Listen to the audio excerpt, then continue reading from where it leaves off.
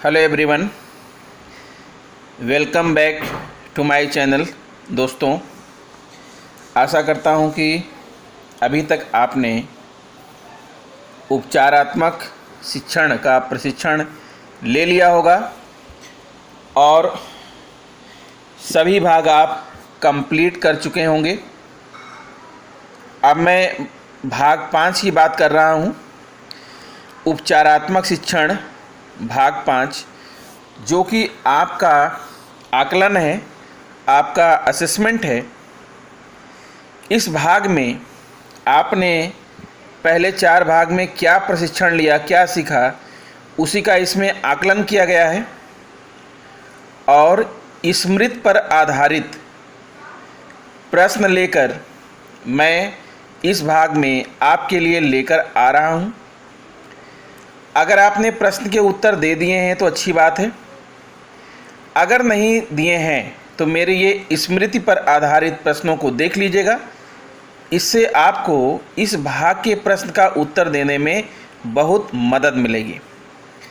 दोस्तों, यदि आप मेरे चैनल पर नए हैं या अभी तक आपने मेरा चैनल सब्सक्राइब नहीं किया है तो प्लीज़ उसे सब्सक्राइब कर लें, बेल आइकन को प्रेस कर दें और दूसरे मित्रों को शेयर भी करें। तो आइए मैं आपके लिए अपनी वीडियो प्रारंभ करता हूं। उपचारात्मक शिक्षण भाग 5, आकलन या असेसमेंट। और ये आपका आकलन है, आपका असेसमेंट है और आप आइए हमारे साथ इन प्रश्नों पर चर्चा करिए और इनके उत्तर जानिए और इनके उत्तर देने की कोशिश करिए। तो आइए हम अपनी वीडियो को शुरू करते हैं।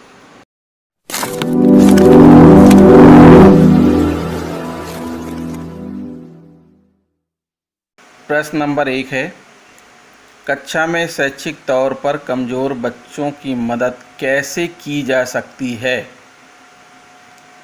यहाँ 3 विकल्प दिए गए हैं, इनमें से किसी एक पर आपको टिक करना है। पहला विकल्प है बच्चों को कक्षा सत्र के अंत में फेल करके, क्योंकि इससे उन्हें एक साल और मिलेगा मुश्किल अवधारणाओं को सीखने के लिए। दूसरा विकल्प है बच्चों को कक्षा स्तर के अंत में पास करके, क्योंकि इससे उनका मनोबल बढ़ेगा और बच्चे बेहतर पढ़ने की कोशिश करेंगे। या विकल्प 3 है बच्चों को सत्र के दौरान ही उपचारात्मक शिक्षण की मदद से वे अवधारणाएं सिखाकर जहां बच्चे अटक रहे हों। तो बताइए मित्रों, इस प्रश्न का सही जवाब क्या होगा। तो इस प्रश्न का सही आंसर है विकल्प 3, बच्चों को सत्र के दौरान ही उपचारात्मक शिक्षण की मदद से वे अवधारणाएं सिखाकर जहां बच्चे अटक रहे हों। अगला प्रश्न आपकी स्क्रीन पर है, कक्षा में बच्चों के शैक्षिक तौर पर कमज़ोर होने के कई कारण हो सकते हैं। नीचे दिए गए विकल्पों में से सबसे सही कारण को खोजिए और उस पर क्लिक कीजिए। उपर्युक्त विकल्प पर क्लिक करें। ऑप्शन 3 है यहाँ, सभी बच्चों की शैक्षिक ज़रूरतें अलग होती हैं जो कक्षा में पूरी नहीं हो पाती। ऑप्शन 2 है, सभी बच्चे जिज्ञासु नहीं होते, इसलिए सब बच्चे शैक्षिक स्तरों पर खरे नहीं उतर पाते। ऑप्शन 3, सभी बच्चों में से सिर्फ कुछ ही पढ़ाई पर ध्यान देते हैं, इसलिए बाकी बच्चे पीछे रह जाते हैं। तो बताइए इस प्रश्न का सही जवाब क्या होगा। The right answer of this question is option number 1, सभी बच्चों की शैक्षिक ज़रूरतें अलग होती हैं जो कक्षा में पूरी नहीं हो पाती। नेक्स्ट क्वेश्चन है, एक शिक्षक के चौथी कक्षा में करीब 10 बच्चे ऐसे हैं जिनकी बोलचाल की भाषा हिंदी नहीं है, लेकिन पाठ्यक्रम की भाषा हिंदी है। इन बच्चों का सभी विषयों में प्रदर्शन खराब है। क्या आप बता सकते हैं कि इन बच्चों के प्रदर्शन में कैसे सुधार लाया जा सकता है? आप एक या एक से अधिक विकल्प चुन सकते हैं। ऑप्शन है पहला, प्रदर्शन में सुधार लाने के लिए इन बच्चों को स्कूल बदल लेना चाहिए। ऑप्शन 2 है, उन्हें घर पर अलग से पढ़ाना चाहिए। ऑप्शन 3 है, उन्हें कक्षा में उपचारात्मक शिक्षण से मदद मिलनी चाहिए। और ऑप्शन 4 है, इन्हें तीसरी कक्षा का पाठ्यक्रम सिखाना चाहिए। तो देखिए, इस कक्षा में 10 बच्चे ऐसे हैं जिनकी बोलचाल की भाषा हिंदी है ही नहीं, लेकिन पाठ्यक्रम की भाषा हिंदी है। तो बच्चे कक्षा 4 में हैं और इन बच्चों का सभी विषयों में प्रदर्शन खराब है। तो सीधी सी बात निकलती है कि इस प्रश्न का आंसर होगा ऑप्शन नंबर 2, उन्हें घर पर अलग से पढ़ाना चाहिए।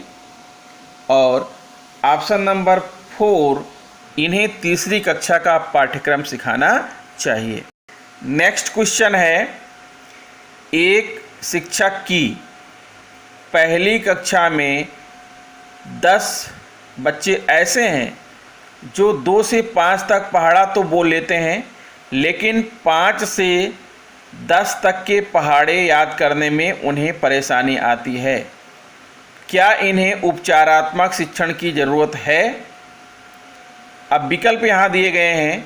हाँ, क्योंकि उपचारात्मक शिक्षण कक्षा में गणित में कमज़ोर बच्चों का किया जाता है। नहीं, क्योंकि उपचारात्मक शिक्षण सिर्फ भाषा सिखाने के लिए किया जाता है। अगला है हाँ, क्योंकि पहाड़े याद करना गणित की समझ के लिए बहुत ज़रूरी है।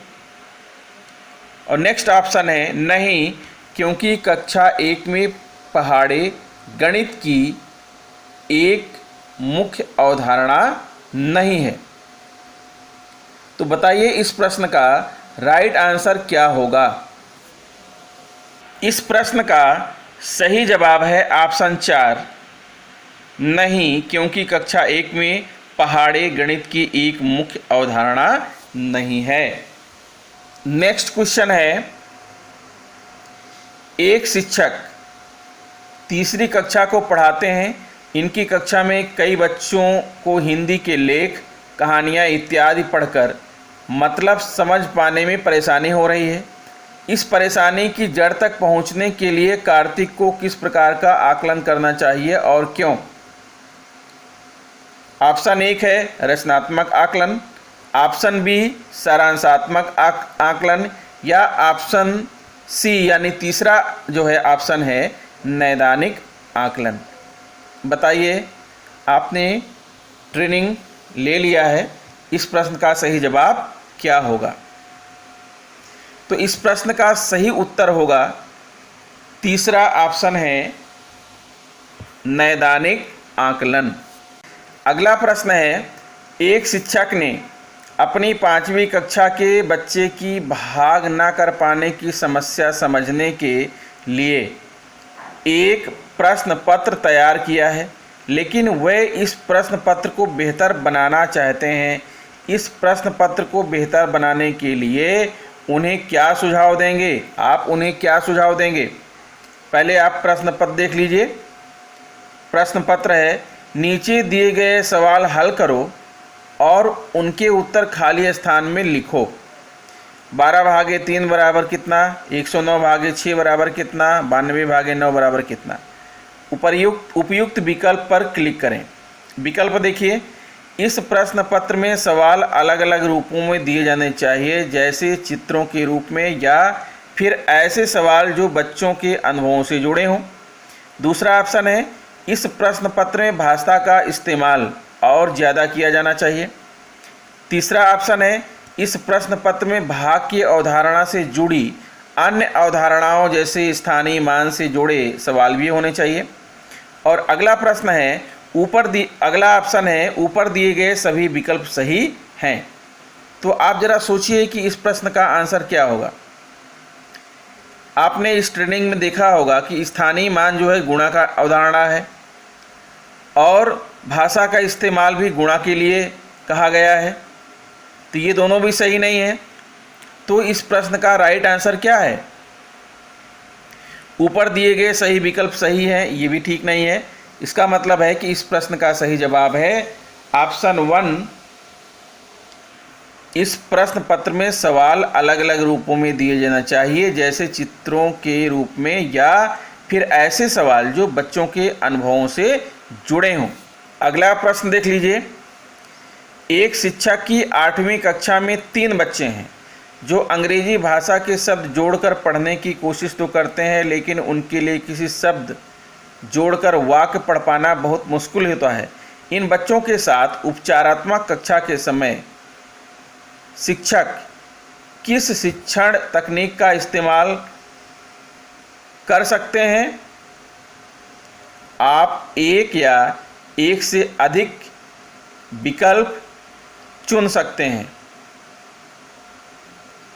हर बच्चे को अलग अलग निर्देश देना, भिन्नात्मक शिक्षण, सभी बच्चों को एक साथ निर्देश देना और पढ़ाना, सहकर्मी शिक्षण।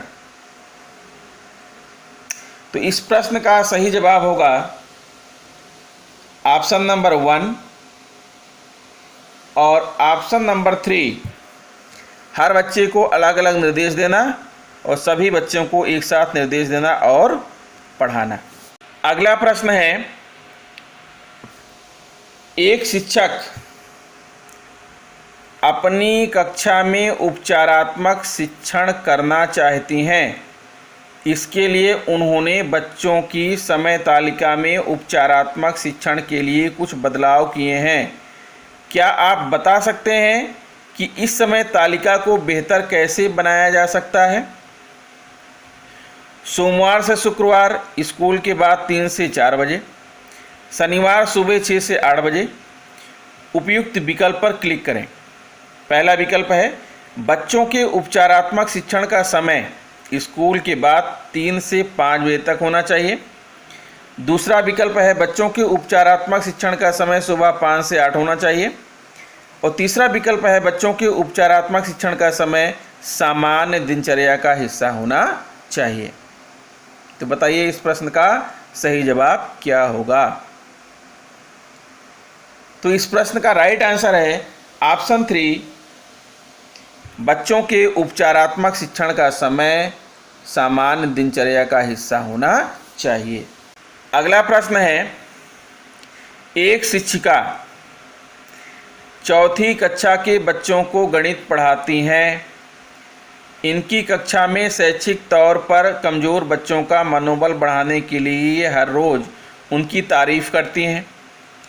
क्या इस तरीके से बच्चों के शैक्षिक स्तर में कोई विकास होगा? सबसे उपयुक्त विकल्प को चुनें। विकल्प पहला है हाँ, क्योंकि शैक्षिक तौर पर कमज़ोर बच्चों का मनोबल बढ़ाना ज़रूरी होता है। विकल्प 2 है नहीं, क्योंकि हर बार सिर्फ तारीफ़ करने से बच्चों के शैक्षणिक स्तर में विकास नहीं होगा। विकल्प सी, तीसरा विकल्प है हाँ, क्योंकि इससे बच्चे पढ़ने में रुचि लेंगे। और चौथा विकल्प है नहीं, क्योंकि इससे बच्चे पढ़ने में रुचि नहीं लेंगे। तो आप सोचिए इस प्रश्न का सही जवाब क्या होगा? तो इस प्रश्न का सही जवाब है मित्रों ऑप्शन नंबर 2, नहीं, क्योंकि हर बार सिर्फ तारीफ करने से बच्चों के शैक्षिक स्तर में विकास नहीं होगा। अगला प्रश्न है, उपचारात्मक शिक्षण की अवधि पूरी होने के बाद बच्चों के विकास का आकलन कैसे किया जा सकता है? सबसे उपयुक्त विकल्प चुनिए। आप एक या एक से अधिक विकल्प चुन सकते हैं। पहला विकल्प है लिखित परीक्षा से, दूसरा विकल्प है बच्चों का सतत अवलोकन करके, तीसरा विकल्प है समय के साथ बच्चों के लिए चुनौती बढ़ाकर, और चौथा विकल्प है मौखिक परीक्षा से। अब बताइए इसमें से क्या सही होगा? दोस्तों आशा करता हूं कि आपने अनुमान लगा लिया होगा। अब मैं बताता हूं कि इस प्रश्न का राइट आंसर क्या है। दरअसल इस प्रश्न में जितने भी ऑप्शन दिए गए हैं वो सभी तरीके हैं जिससे उपचारात्मक शिक्षण की अवधि पूरी होने के बाद बच्चों के विकास का आकलन किया जा सकता है। तो दोस्तों, आशा करता हूँ कि आपको मेरा वीडियो पसंद आया होगा। इस वीडियो में इतना ही। मिलते हैं आपसे नेक्स्ट वीडियो में। नमस्कार।